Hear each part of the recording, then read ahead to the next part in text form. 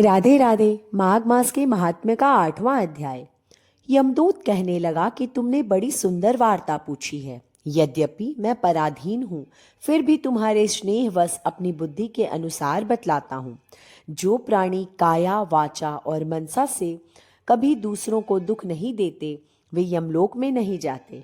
हिंसा करने वाले वेद, यज्ञ, तप और दान से भी उत्तम गति को नहीं पाते। अहिंसा सबसे बड़ा धर्म, तप और दान ऋषियों ने बताया है। जो मनुष्य जल या पृथ्वी पर रहने वाले जीवों को अपने भोजन के लिए मारते हैं, वे काल सूत्र नामक नरक में पड़ते हैं और वहां पर अपना ही मांस खाते हैं और रक्त पीप पान करते हैं तथा पीप की कीच में उनको कीड़े काटते हैं। हिंसक जन्मांध, काने कुबड़े, लूल्हे लंगड़े, दरिद्र और अंगहीन होते हैं। वे इस कारण इस लोक तथा परलोक में सुख की इच्छा करने वाले को काया वाचा तथा मन से दूसरों का द्रोह नहीं करना चाहिए। जो हिंसा नहीं करते, उनको किसी प्रकार का भय नहीं होता। जिस तरह सीधी और टेढ़ी दोनों प्रकार की बहने वाली नदियां समुद्र में मिल जाती हैं, वैसे ही सब धर्म अहिंसा में प्रवेश कर जाते हैं। ब्रह्मचारी, गृहस्थ, वानप्रस्थी तथा यति सभी अपने अपने धर्म का पालन करने और जितेंद्रिय रहने से ब्रह्मलोक को प्राप्त होते हैं। जो जलाशय आदि बनाते हैं और सदैव पांचों यज्ञ करते हैं, वे यमपुरी में नहीं जाते। जो इंद्रियों के वशीभूत नहीं हैं, वेदवादी और नित्य ही अग्नि अर्थात हवन आदि का पूजन करते हैं, वे स्वर्ग को जाते हैं। युद्ध भूमि में जो शूरवीर मर जाते हैं, वे सूर्यलोक को प्राप्त होते हैं। जो अनाथ, स्त्री, शरण में आए हुए तथा ब्राह्मण की रक्षा के लिए प्राण देते हैं, वे कभी स्वर्ग से नहीं लौटते। जो मनुष्य लूल्हे लंगड़े, वृद्ध, अनाथ तथा गरीबों का पालन करते हैं, वह भी स्वर्ग में जाते हैं। जो मनुष्य गौओं को के लिए अपना आश्रय करते हैं तथा कुआं, तालाब और बावड़ी बनाते हैं, वे सदैव स्वर्ग में निवास करते हैं। जैसे जैसे जीव इनमें पानी पीते हैं, वैसे ही उनका धर्म बढ़ता जाता है। जल से ही मनुष्य के प्राण हैं, इसलिए जो प्याऊ आदि लगाते हैं, वह अक्षय स्वर्ग को प्राप्त होते हैं। बड़े बड़े यज्ञ भी वह फल नहीं देते जो अधिक छाया वाले वृक्ष मार्ग में लगाने से देते हैं। जो मनुष्य वृक्ष रोपण करता है, वह सदैव दानी और यज्ञ करने वाला होता है। जो अच्छे फल और अच्छी छाया वाले मार्ग के वृक्षों को काटता है, वह नरकगामी होता है। तुलसी का पौधा लगाने वाला सदैव पापों से छूट जाता है। जिस घर में तुलसी वन है, वह घर तीर्थ के समान है और उस घर में कभी यमदूत नहीं जाते। इसलिए तुलसी की सुगंध से पितरों का चित्त आनंदित हो जाता है और वे विमान में बैठकर विष्णु लोक को जाते हैं। नर्मदा नदी का दर्शन, गंगा का स्नान और तुलसी दल का स्पर्श, यह सब बराबर बराबर फल देने वाले हैं। हर एक द्वादशी को ब्रह्मा भी तुलसी का पूजन करते हैं। रत्न, सोना, फूल तथा मोती की माला के दान का इतना पुण्य नहीं जितना कि तुलसी की माला का दान का है। जो फल आम के 1000 और पीपल के 100 वृक्षों को लगाने से होता है, वह तुलसी के एक पौधे को लगाने से होता है। पुष्कर आदि तीर्थ, गंगा आदि नदी, वसुदेव आदि देवता सभी तुलसी में वास करते हैं। जो एक बार, 2 या 3 बार रेवा नदी से उत्पन्न शिव मूर्ति की पूजा करता है अथवा स्फटिक रत्न के पत्थर से आप निकले हुए तीर्थ में, पर्वत या वन में रखी हुई शिव की मूर्ति की पूजा करता है और सदैव ओम नमः शिवाय मंत्र का जाप करता है, यमलोक की कथा भी नहीं सुनता, प्रसंग, शत्रुता, अभिमान से शिव पूजा के समान पापों को नष्ट करने वाला तथा कीर्ति देने वाला 3 लोक में और कोई काम नहीं है। जो शिवालय स्थापित करते हैं, वे शिवलोक में जाते हैं। ब्रह्मा, विष्णु तथा शिव का मंदिर बनाकर मनुष्य बैकुंठवासी होता है। जो भगवान की पूजा के लिए फूलों का बाग लगाते हैं, वे धन्य हैं। जो माता पिता, देवता और अतिथियों का सदैव पूजन करते हैं, वे ब्रह्मलोक को प्राप्त होते हैं। इस प्रकार माघ महात्म्य के 8वां अध्याय का महात्म्य मैंने सुनाया। अब मैं सुनाने जा रही हूं 9वें अध्याय का महात्म्य। यमदूत कहने लगे, मध्याह्न के समय आया अतिथि, मूर्ख, पंडित, वेद पाठी या पापी कोई भी हो, ब्रह्मा के समान है। जो रात्रि के थके हुए भूखे ब्राह्मण को अन्न जल देता है, मध्याह्न के समय जिसके घर आता हुआ अतिथि निराश नहीं जाता, वह स्वर्ग का वासी होता है। अतिथि बराबर कोई धन संपत्ति तथा हित नहीं है। बहुत से राजा और मुनि अतिथि सत्कार से ब्रह्मलोक को प्राप्त हुए हैं। जो एक समय आलस्य से भी अतिथि को भोजन करा दे, वह यमद्वार नहीं देखता। केसरी ध्वज से वैवस्वत देव ने कहा था कि जो कोई इस कर्म भूमि मृत्यु लोक से स्वर्ग लोक को जाने की इच्छा रखता है, वह अन्न का दान करे। दूत कहता है कि यमराज कहते हैं, अन्न के बराबर दूसरा और कोई दान नहीं है। जो गर्मियों में जल, सर्दी में ईंधन और सदैव अन्न का दान करते हैं, वह कभी यम के दुख नहीं उठाते। जो अपने किए हुए पापों का प्रायश्चित करता है, वह नरक को नहीं देखता, और प्रायश्चित न करने वाला मनुष्य नरक में जाता है। जो काया, वाचा और मन से किए हुए पापों का प्रायश्चित करता है, वह देव और गंधर्वों से शोभित स्वर्गलोक को प्राप्त होता है।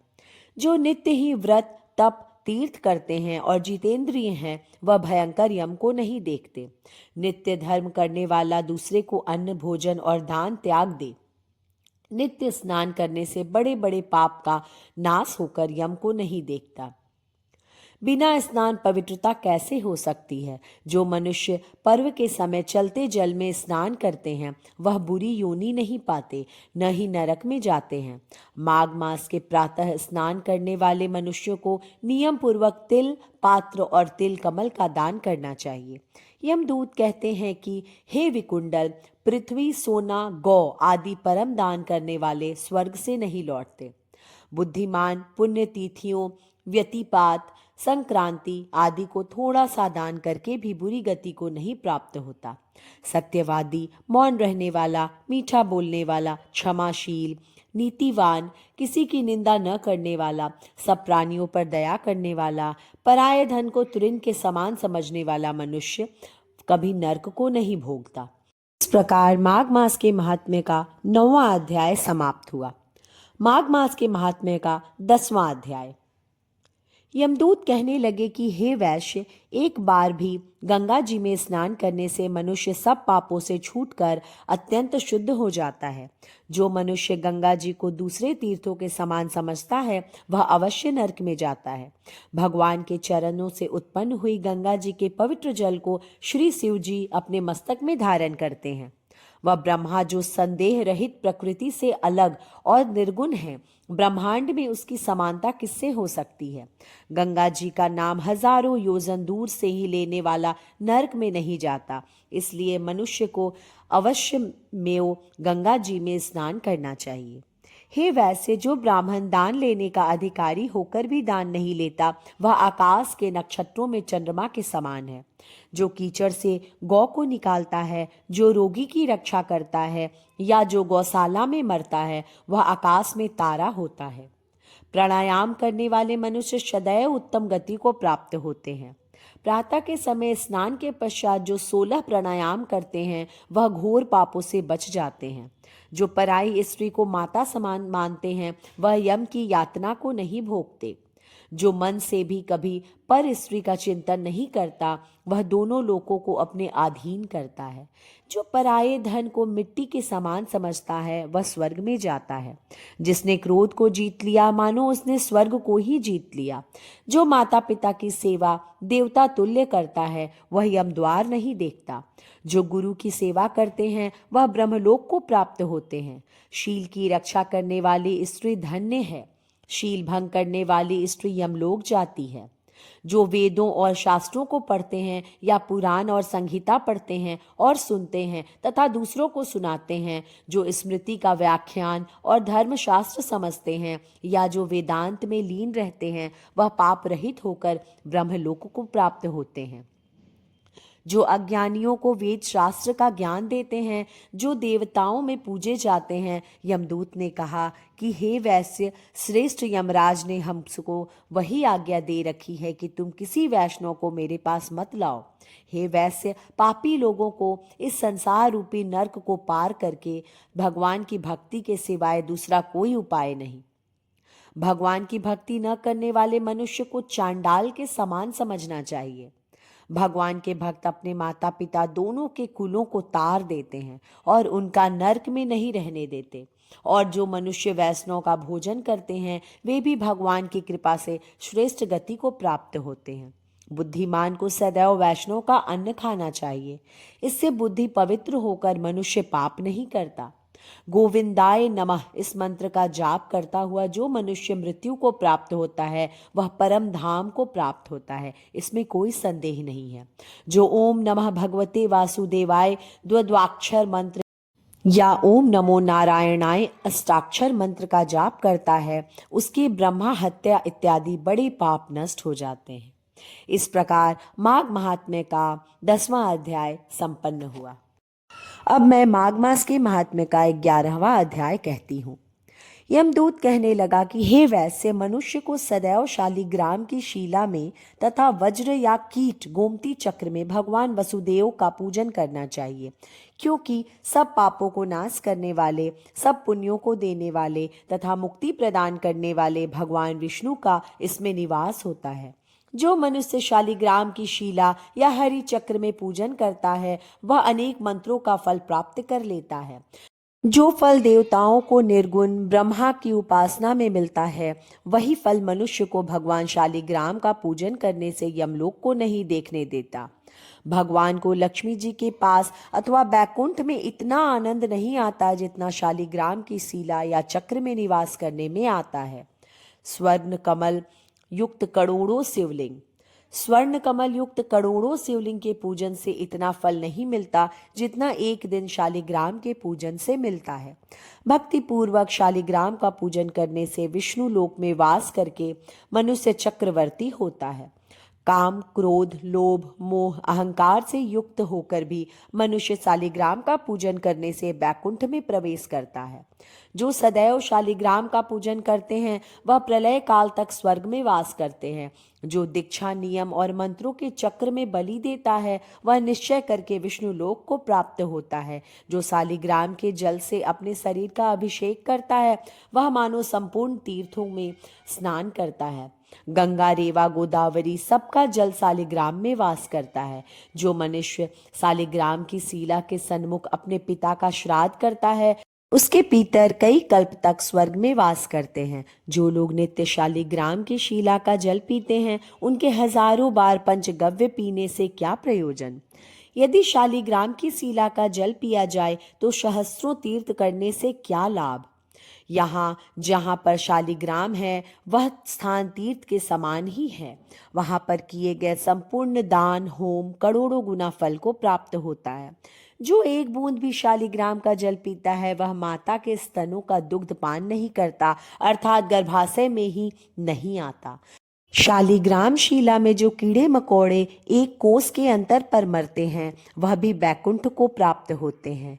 जो फल वन में तप करने से प्राप्त होता है वही फल भगवान को सदैव स्मरण करने से प्राप्त होता है। मोहवश अनेक प्रकार के घोर पाप करने वाला मनुष्य भी भगवान को प्रणाम करने से नरक में नहीं जाता। संसार में जितने तीर्थ और पुण्य स्थान हैं भगवान के केवल नाम मात्र करने से प्राप्त हो जाते हैं। इस प्रकार माघ मास के महात्म्य का 11वां अध्याय समाप्त हुआ। अब माघ मास के महात्म्य का 12वां अध्याय सुनिए। यमदूत कहने लगा कि जो कोई प्रसंगवश भी एकादशी के व्रत को करता है वह दुखों को प्राप्त नहीं होता। मास के दोनों एकादशी भगवान पद्मनाभ के दिन हैं। जब तक मनुष्य इन दिनों में व्रत नहीं करता उसके शरीर में पाप बने रहते हैं। हजारों अश्वमेघ, सैकड़ों वाजपेयी यज्ञ एकादशी व्रत की 16वीं कला के बराबर भी नहीं है। एकादशी के दिन व्रत करने से 11 इंद्रियों से किए गए सारे पाप नष्ट हो जाते हैं। गंगा, गया, काशी, पुष्कर, कुरुक्षेत्र, यमुना, चंद्रभागा कोई भी एकादशी के तुल्य नहीं है। इस दिन व्रत करके मनुष्य अनायास ही बैकुंठ लोक को प्राप्त करता है। एकादशी को व्रत और रात्रि जागरण करने से माता पिता और स्त्री के कुल की 10-10 पीढ़ियां उद्धार पाती हैं और वह पीतांबरधारी होकर भगवान के निकट रहते हैं। बाल, युवा और वृद्ध सब तथा पापी भी व्रत करने से नरक में नहीं जाते। यमदूत कहता है कि हे वैश्य, मैं सूक्ष्म में तुमसे नरक से बचने का धर्म कहता हूँ।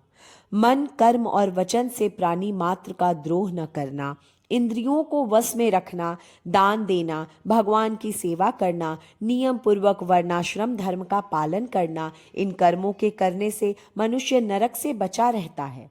स्वर्ग प्राप्त करने की इच्छा से मनुष्य गरीब भी हो तो भी जूता, छतरी, अन्न, धन, जल कुछ न कुछ दान देता रहे। दान देने वाला मनुष्य कभी यम की यातना को नहीं भोगता तथा दीर्घायु और धनी होता है। बहुत कहने से ही क्या, अधर्म से ही मनुष्य बुरी गति को प्राप्त होता है। मनुष्य सदैव धर्म के कार्यों से ही स्वर्ग को प्राप्त कर सकता है, इसलिए बाल्यावस्था से ही धर्म के कार्यों का अभ्यास करना चाहिए। इस प्रकार माघ मास के महात्म्य का 12वां अध्याय संपन्न हुआ।